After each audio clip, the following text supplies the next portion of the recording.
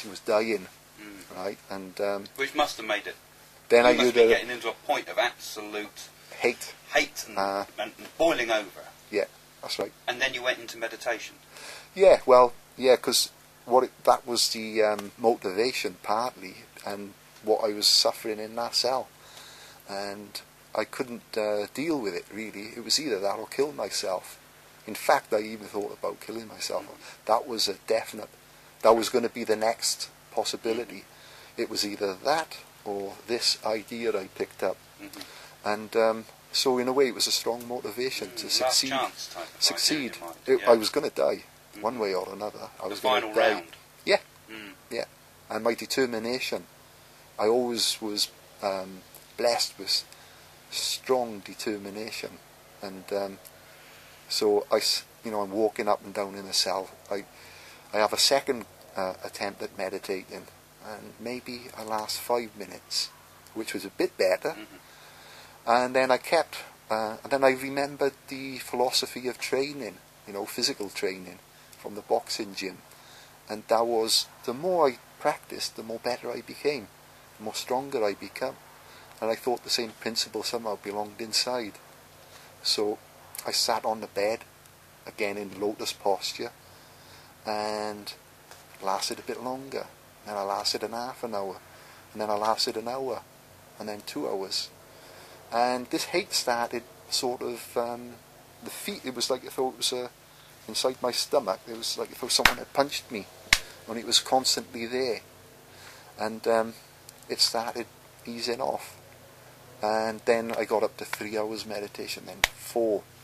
I kept with it for a long time, practiced every day. And this is like trying to just stop mind, or stop mind, yeah. That was what you were trying to do? No, well, there was actually different. Were you watching the mind, or did you? There was different boundaries that I went through. The first boundary was my body. Well, first boundary, of course, was the claustrophobia, the sweat, the coldness, and feeling awful, like if you got fever or something. So I jump out of that, stick with it, and then that slowly went away. And then the second one was sitting there in a position where you want to move, you want to scratch, and stop in that. And then there was another one, is the mind. It's like a whirlwind. You suddenly become aware, I'm there to stop my mind, and what is it? It's a whirlwind. It's going on and on and on, and it's so overcoming it was, like real strong weather. The best thing you can do is keep away from it or something. And I was aware that it was like that, and then I started sticking with it, trying to stop it. And then I give up trying to stop it. It become a natural observation of, I had to observe it was a whirlwind in the first place, which I didn't know it was before I sat. So, I became an observer, quite by accident. I never read about this. I became an observer in a natural process, because it was too overbearing, to try to jump into it and say stop. It wouldn't stop. So you're seeing this whole mind of yours, your whole life as it were, as this turmoil that you're now separate from. Well, it wasn't actually separate. I didn't see the distinction at that time. So there was a feeling of no longer being sort of... Well, I was aware. But within it and without it at the same time, you were sort of... No, there was nothing yet at that point. There was, I was, should you say, slightly aware that there was something going on there that seemed massive, and that's something that took notice of it. It was slightly, although at that time I didn't know, it was something that was separating. And then the awareness of the turmoil became more observing, and then it became as if it was a real aspect of me. It became stronger the more I practiced. And then I'm sat there in front of a screen. Suddenly there's something sat watching it, consolidated watching it. It becomes stronger, and it's observing this screen. And then there's a distance between you and the screen, but initially it's you're this. The observer is in the action. The I am me is in the action, and all the action, all the thought is me, until I can come slightly separated from it. And then there's a distance between me and the thought. And I can see that there's a difference, and I am something apart from my thoughts. But before that, I'm there. So I noticed this difference. Sort of a turning point for you, did it? Did this become No, it wasn't a turning point. It was a natural process of evolving. It's like a flower opening up. It's tight, and then it begins to open up. And it was more like a natural growing process. You don't have a mind thought and then change straight after it. It's an evolving. Some people, when they go into very, very long and deep periods of meditation, experience sort of like an absolute state of consciousness, a state of absolute being. Now, did you have any feelings like that?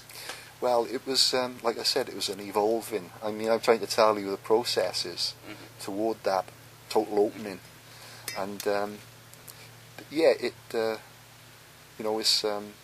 first of all, you become a separate observer from your mind. And then you come to the point, with me, I would come out of the meditation, and then I would make a strategy. I got to stop the thoughts. I want to stop in the thoughts. And something seems to happen where you recognise that,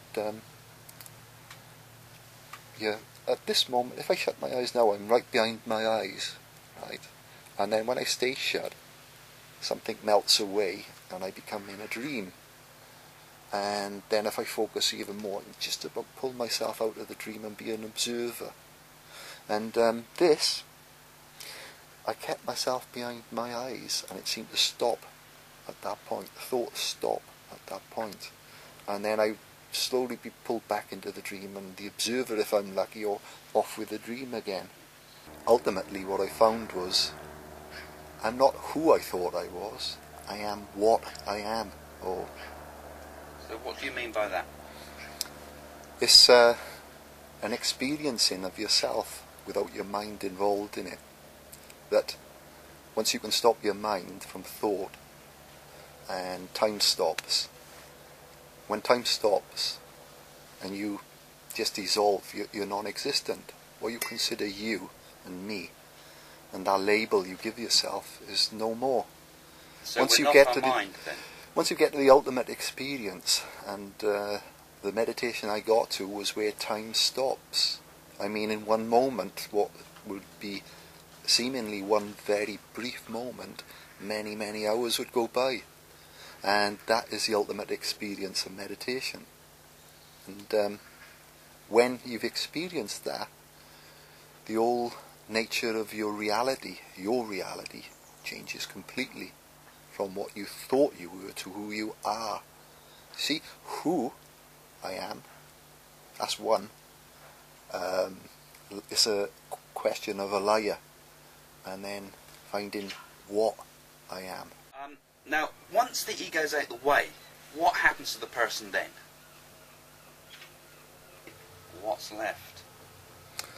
Well, you say that in such a way that, like if something's being taken away. But in actual fact, there's something much more great that is given to you. Those labels have been dropped. The labels that divide me from Craig Hamilton Parker become Jane, become Bianca, and no more label.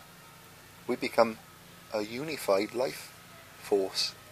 We become unified, one thing. So it's a unity of everything, not what's left, but we are everything. We created everything. You created that label, but you were the creator, not the label. Jane's the creator, not the label. Same as Bianca. We become one. Get rid of the label, and we are one thing. We are one unit. We're a universal being, and that brings you together, and that's love. Divine love, if you like. Not love that you understand. Love as in attachment. Like, I hold on to something like that, and anybody takes it away, it's painful. You don't hold on to it like that. And it's an all open space connected to it. And you're part of the whole life force. You're a universal being at that point.